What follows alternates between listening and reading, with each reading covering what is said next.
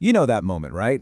It's a quiet evening, you're finally sitting down, and then you hear it, that little voice asking for help.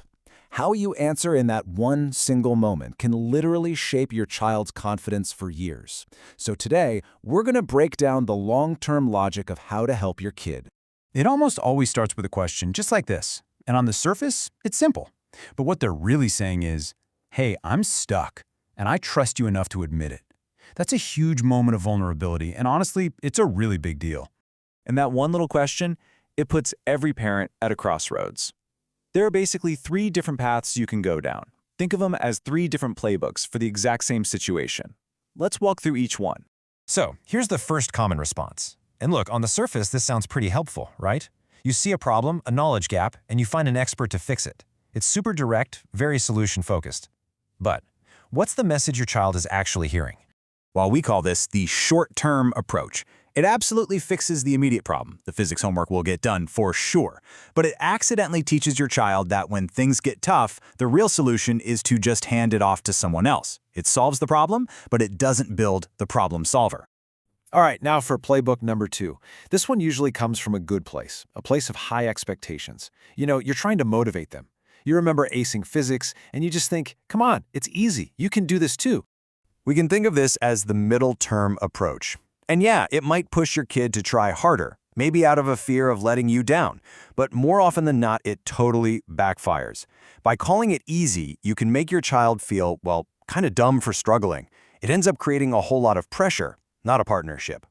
And then there's this third response. Just notice the language right away. It's not you or I, it's us. It's we. It acknowledges that it's tough, without any judgment, and right away it offers a path forward, together. And this is the long-term approach. See, this isn't about getting the homework done anymore. It's about building something so much more important. Your child's potential, their ability to bounce back from challenges, and their trust that you're in their corner. So why do these three responses lead to such wildly different places? Well, because it's never about what the parent says. It's all about what the child hears. So let's decode the hidden message behind each of these playbooks. When you put it all side by side like this, it becomes crystal clear. That first response, the short-term one, it basically tells your child, when things get hard, we're helpless. The middle-term one says, I'm judging you on how smart you are. But that long-term response, the message is totally different.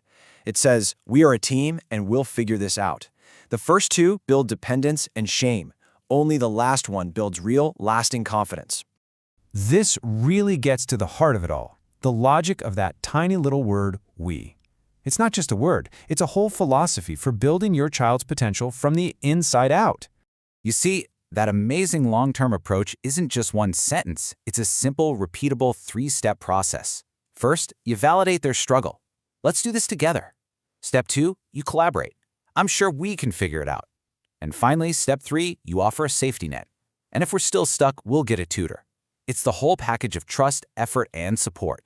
What this does is it shifts the entire goal. The objective isn't just to find the answer to problem number 7 anymore.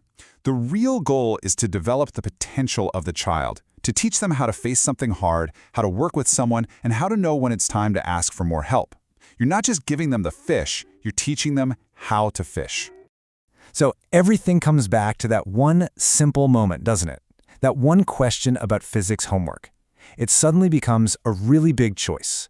Are you making a short-term transaction, or are you making a long-term investment in who your child is becoming? So, I'll just leave you with this. The next time you hear that question, can you help me? Remember, you're not just being asked about homework. You're being given a chance to build something.